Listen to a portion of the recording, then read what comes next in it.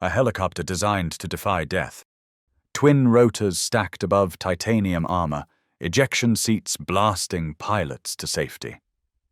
This was Russia's answer to the nightmare that cost 333 helicopters in Afghanistan. The Ka-50 and Ka-52 looked like the future, and they survived what no Western chopper could.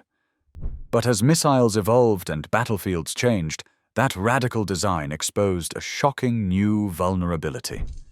Why did engineering, built to erase one fatal flaw, create a paradox with consequences still unfolding today? Soviet helicopters entered Afghanistan with confidence and left behind a ledger of loss. Over 9 years of combat, 333 Mi-24s were destroyed, each one a lesson written in wreckage. The numbers forced a reckoning. After September 1986, American-supplied Stinger missiles brought down nearly 4 out of every 5 Soviet helicopters they targeted. The Stinger had a 79% kill rate that shattered the myth of air superiority almost overnight. Soviet pilots began to speak of mandatory matrosovs, a grim phrase for missions where survival seemed impossible. The tail rotor, the Mi-24's Achilles heel, turned minor ground fire into fatal outcomes. A single 7.62mm bullet, or a fragment from an RPG, could shear control linkages, sending a helicopter spinning into the mountains. Maintenance crews catalogued hit after hit to the tail assembly, while pilots returned, if they returned at all, haunted by the knowledge that their fate often hinged on a single lucky shot from below. By 1977, the crisis reached Moscow. The military issued a formal demand for a new attack helicopter that could survive what Afghanistan had become. The specifications were clear: eliminate the tail rotor, increase agility, and give pilots a fighting chance against the next generation of threats. The search for a solution would soon upend everything the world thought it knew about helicopter design. On June 17, 1982, the Ka-50 left the ground for its first flight, carrying the weight of every lesson learned in Afghanistan. Kamov's engineers had abandoned the tail rotor completely, replacing it with a coaxial system, 2 sets of 3 blades stacked and spinning in opposite directions. This was not just a cosmetic change. By eliminating the tail rotor, the design freed up 30% of the engine's power for pure maneuverability. The Black Shark could spin on its axis, fly backwards at top speed, and pull off snap turns impossible for a conventional helicopter. Test pilots described the sensation as flying a machine that responded instantly, almost anticipating their next move.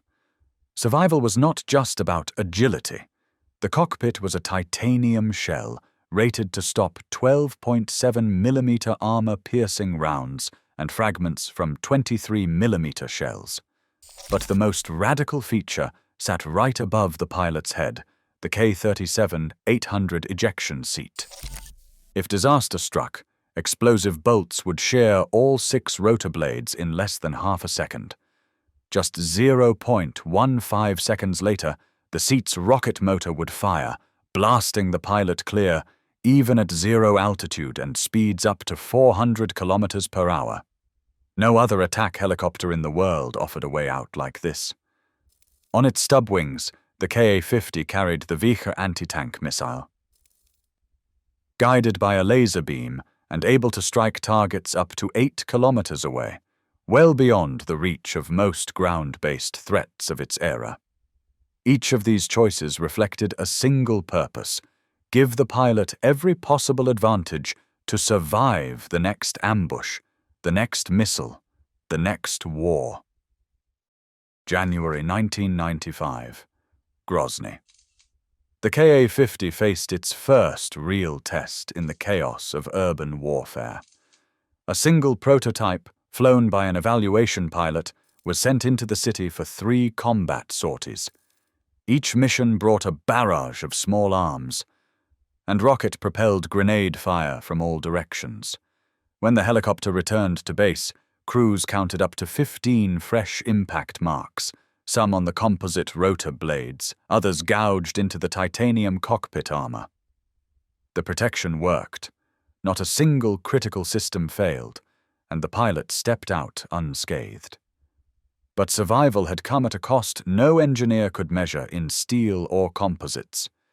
Inside the cockpit, the reality of solo operation collided with the demands of modern combat. The pilot was forced to juggle flight controls, navigation, weapons targeting, and damage assessment, all while maneuvering through a city where every rooftop and alley could hide a threat. Chechen fighters did not need precision. They relied on massed fire, saturating the air with bullets and shrapnel, knowing that even a moment's distraction could be fatal. More than once, the pilot had to abandon attack runs just to keep the aircraft in the sky.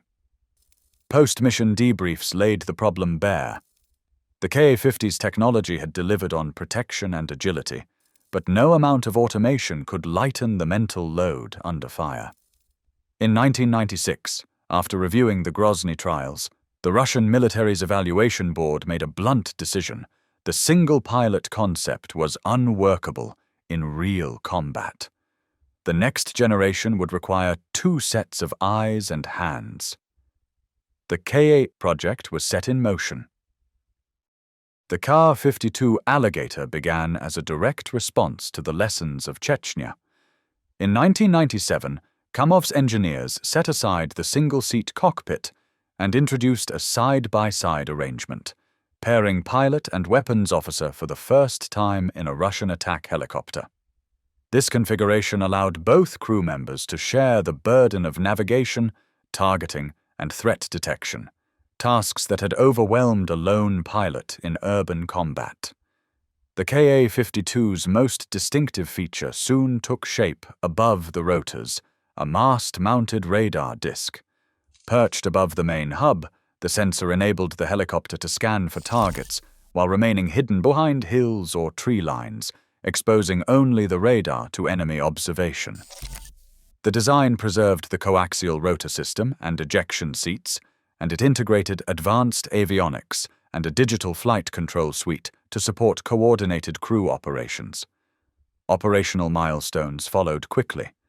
In 2008, Ka-52 prototypes flew in the South Ossetia conflict, operating alongside Mi-28Ns in their first real-world comparison test. By 2011, the Ka-52 entered full service with the Russian military, intended to replace aging Mi-24s as the backbone of the attack helicopter fleet. Yet the pace of adoption never matched the ambition of the design. Every Ka-52 was built at a single facility, the Progress Arseniev Aviation Company in the Russian Far East. Annual output ranged between 12 and 18 helicopters, a figure dictated as much by the complexity of the machine as by supply chain realities. Each airframe required specialized components and hand-built assembly, limiting how quickly the fleet could grow. This production ceiling would soon define what the Ka-52 could achieve in any sustained conflict, no matter how advanced its systems or how skilled its crews. September 2015 brought the Ka-52 to Syria. Russian crews arrived at Khmeimim Air Base, preparing for a campaign that would become a showcase for the helicopter's strengths. Over 4 years, Ka-52s flew thousands of combat sorties against ISIS and rebel positions. The threat from the ground was real but limited. Syrian opposition forces had only small numbers of older man-portable air defense systems, and rarely the training or coordination to use them effectively. In this environment, the Alligator's coaxial rotors and armored cockpit delivered exactly what designers promised.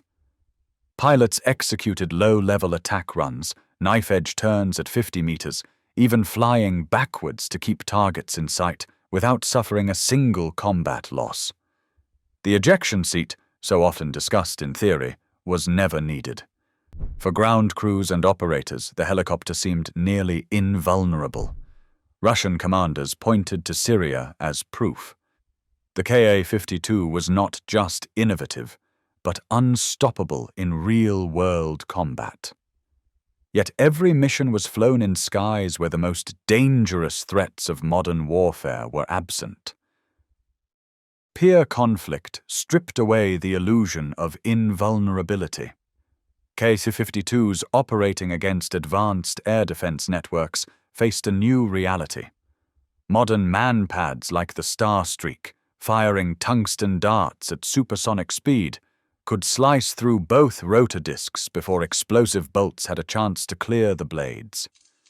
Infrared suppression, once effective against Stinger-era threats, proved useless against missiles that track ultraviolet signatures or use laser guidance.